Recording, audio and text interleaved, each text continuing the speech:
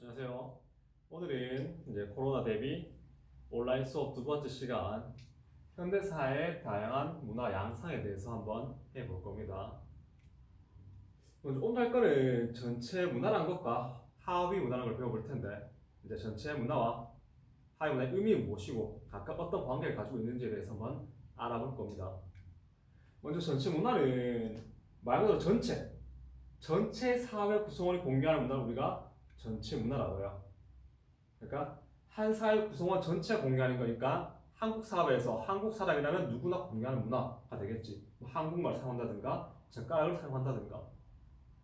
하위 문화는 전체의 하위 집단, 즉 전체가 아니라 하위 집단, 즉 일부 집단만이 공유하는 문화를 우리가 하위 문화라고 해요. 사회에서 일부 집단, 뭐 청소년 문화, 청소년들만 공유하는 문화겠죠. 경상도 문화, 경상도 사람들만 공유하는 문화겠지. 이렇게 특정 하위 집단 구성원들만 공유하는 문화를 우리가 하위 문화라고 해요.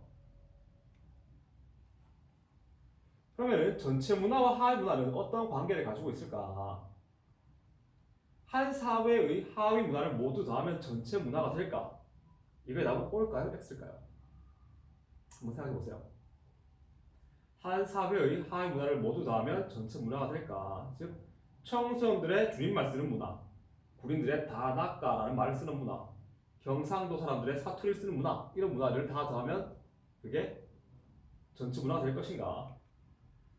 얘들 합집합은 전체 문화인가?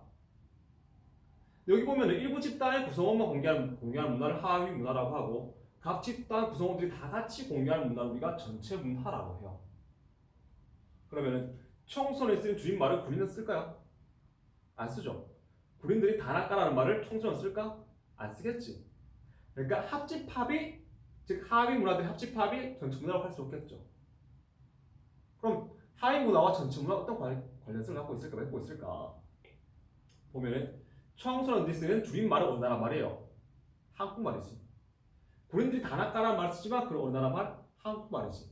즉 이거 합집합이 아니라 요거 공통된 어떤 것이 바로 전체 문화가 되는 거예요. 얘도 다 함께 공유하는 문화. 이거 우리가 전체 문화라고 해요. 따라서 한 사회의 하위 문화를 더하면 전체 문화가 될까? OX, X가 되겠지. 즉 전체 문화와 하위 문화의 관계는 전체 문화는 하위 문화의 합집합이 아니라 바로 교집합. 각각의 집단들이 모두 다 함께 공유하는 문화를 우리가 전체 문화라고 하겠죠. 왜냐하면 이 모든 구성원들이 다 같이 공유해야 되니까. 이해가 되죠?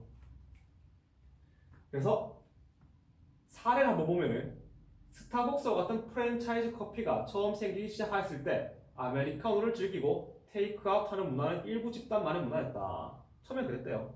그러다가 따라서 이러한 집단의 문화를 비하하는 김치녀라는 용어가 등장하기도 하였다. 하지만 현재 이러한 모습은 보편화되어 모든 한국인들의 생활 속으로 들어왔다.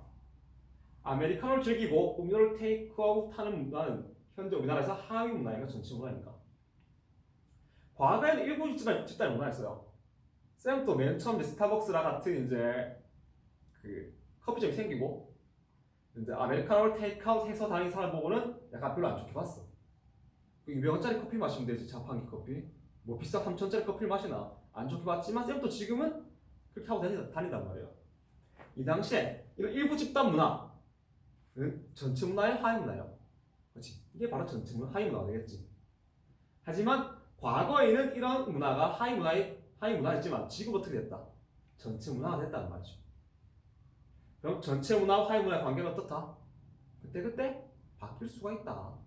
그래서 다른 말로 하면 전체 문화와 하위 문화의 관계는 상대적이라고 해요. 즉 예전에는 하위 문화였던 게 지금은 전체 문화 모두가 함께 공유하는 문화가 될 수 있고 예전에는 모두가 공유했던 문화가 지금 일부 사람들만 공유하는 문화가 될 수 있다. 둘 간의 관계는 각각 상대적이다. 그렇다면 하위 문화의 종류는 뭐가 있을까? 뭐 지역 문화, 경상도 지역, 수도권 지역, 세대 문화, 어린이, 청소년, 노인 이런 문화를 구분해 볼 수 있고 그리고 하위 문화 중에서 이제 약간 특수한 하위 문화가 기득권 또는 주류 집단의 문화를 거부하는 즉 기존의 주류, 우리 사회의 주류가 된 문화를 거부하는 문화가 있어요. 우리가 반문화라고 해요. 반대한다.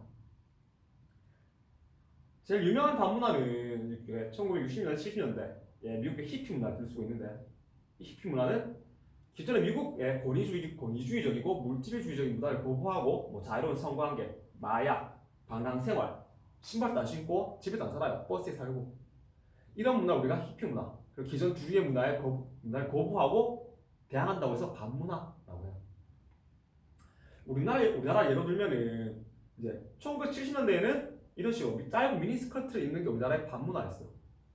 뭐 긴 치마 입고 여성은 조숙해야 돼 이런 거에 저항하면서 우리 짧은 치마 입을래 이런 게 젊은 세대들의 주류 문화를 거부하는 반문화였다면, 근데 이런 미니스커트 입는 게 지금은 뭐 모두가 함께 즐기는 그냥 전체문화 됐지. 당연하다든지 짧은 바지, 짧은 치마 이런 건 아무렇지도 않죠.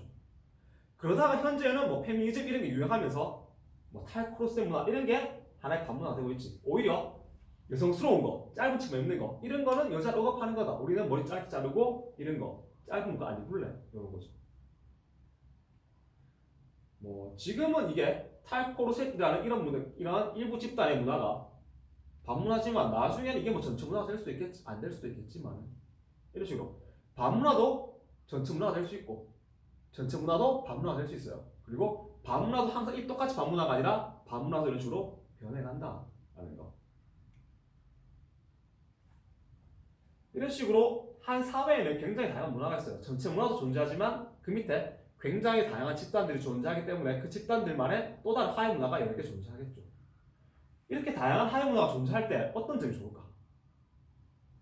첫 번째는 문화가 다양하다는 것은 그만큼 문화 간의 뭐 결합이 이룰 수도 있고 그리고 문화가 사라졌다 아니면 생겼다 할 수도 있다는 거죠. 이렇게. 그 다른 말로 우리가 역동적이라고 해요. 서로 합쳐졌다가 떨어졌다가 생겼다가 없어졌다가 이런 식으로 문화가 굉장히 다양하고 역동적으로 만들어진다는 거예요. 그러니까 문화가 굉장히 활발하게 움직이겠죠. 작동을 하겠죠. 그리고 문화가 다양하다면 그만큼 내가 원하는 문화를 취사 선택할 수 있겠지. 나 힙합이 좋아. 힙합하는 친구들과 함께 그 문화를 즐기고, 아니야 난 락이 좋아. 락을 좋아하는 친구들과 락 문화를 즐기고, 이렇게 내가 원하는 곳에 가서 내 욕구를 충족시킬 수 있는 문화를 즐길 수가 있겠지. 그래서 구성원의 욕구 해결에 기여한다. 내가 원하는 욕구에 맞게 문화를 선택할 수가 있으니까. 하나만 문화가 있는 게 아니니까. 그렇다면 이렇게 문화가 많으면 어떤 안 좋은 점이 있을까요? 사람들마다 생각이 다양해. 근데 생각이 너무 많다 보면 그 생각들 간에 뭐가 발생할 수 있겠어? 갈등이 발생할 수 있겠죠. 문화도 마찬가지예요. 문화가 너무 많다 보면 문화 간에 갈등이 발생할 가능성이 커진다. 이런 식으로 다양한 문화의 장점과 단점이 있는데, 문제 2개 풀어볼게요. 뒷페이지 보면은 프린터 문제가 2개 있는데 문제를 풀고 해석을 들어보세요. 문제 다 풀었나요? 이제 문제 해설할 건데 보면은 여기 다이아몬드와 세모는 각각 문화 요소고 이렇게 점수로 되어 있는 거는 여기에 특정 집단이래요. 근데 다이아몬드 보면 특정 집단의 사람들도 공유하고 향유하고 있고 나머지 사람들도 함께 향유하고 있죠. 그러면 이 다이아몬드는 전체 문화겠어요? 하위 문화겠어요? 다이아몬드는 전체 문화가 되겠지. 반면에 세모는 특정 집단 사람들만 향유하고 있죠. 그 나는 하위 문화가 되겠지. 답이 몇 번이겠어요? 답은 4번 되겠죠. 사회가 다원화되고 복잡해질수록 다양한 하위 문화가 생길 거고 2번, 그리고 하위 문화가 너무 많으면 문화 갈등의 원인이 되기도 하겠죠. 그리고 사회 문화 변화에 따라서 하위 문화가 전체 문화가 될 수도 있고 전체 문화가 하위 문화가 될 수도 있겠지. 나문화는 하위 문화는 가문화와 달리 독특한 가치와 규범을 갖기도 한다라는 거. 다음 문제 볼까요? 그래서 A B, C는 각각 전체 문화, 반문화가 아닌 하위 문화라고 하는데, A, 한 사회 내에서 일부 구성원들만 공유하고 그 동시에 지배적인 문화를 거부한대요. 그럼 A가 뭐가 돼요? 그래서 A가 반문화가 되겠지. 한 사회 구성원만 공유하지만 지배적인 문화를 거부하지 않는데, 그럼 B가 반문화가 아닌 하위 문화가 되겠죠. 마지막 C, 모든 구성원이 공유하는 문화, 전체 문화가 되겠죠. 1번부터 볼까요? A는 반문화는 B, 하위 문화와 달리 기존의 지배적인 문화를 대체하기도 한다. 이거는 둘 다 해당되죠. 즉 A든 B든 반문화든 하위문화든 이게 기존 지배 문화를 대체할 수도 있고 아닐 수도 있고 그렇다는 거예요. 2번 하위문화는 반문화와 달리 주집단에 의해 일탈로 규정된다. 주집단이 우리를 어기고 반항하니까 일탈로 규정하는 거는 반문화겠어요? 반문화가 아닌 하위문화겠어요? 이거는 반문화겠죠. 그래서 둘이 바뀌었지.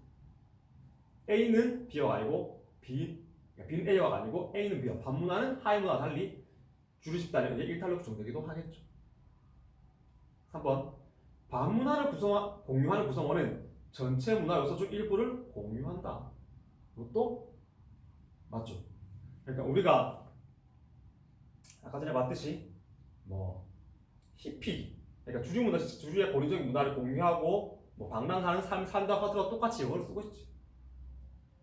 우리나라에서도 탈코르스 탄다고 머리 자르지만 여자들이 그 여자들도 똑같이 한국말을 쓰죠. 그러니까 반문화를 공유하는 구성원들도 똑같이 전체 문화를 공유한다는 거죠. 4번에 A, B 반문화와 하위문화는 전체 문화와 달리 해당 문화를 향유하는 구성원들의 공통의 정체성 형성에 기여한다. 요거는 A, B, C 모두에 해당되는 거지. A, B, C 모두 해당되죠.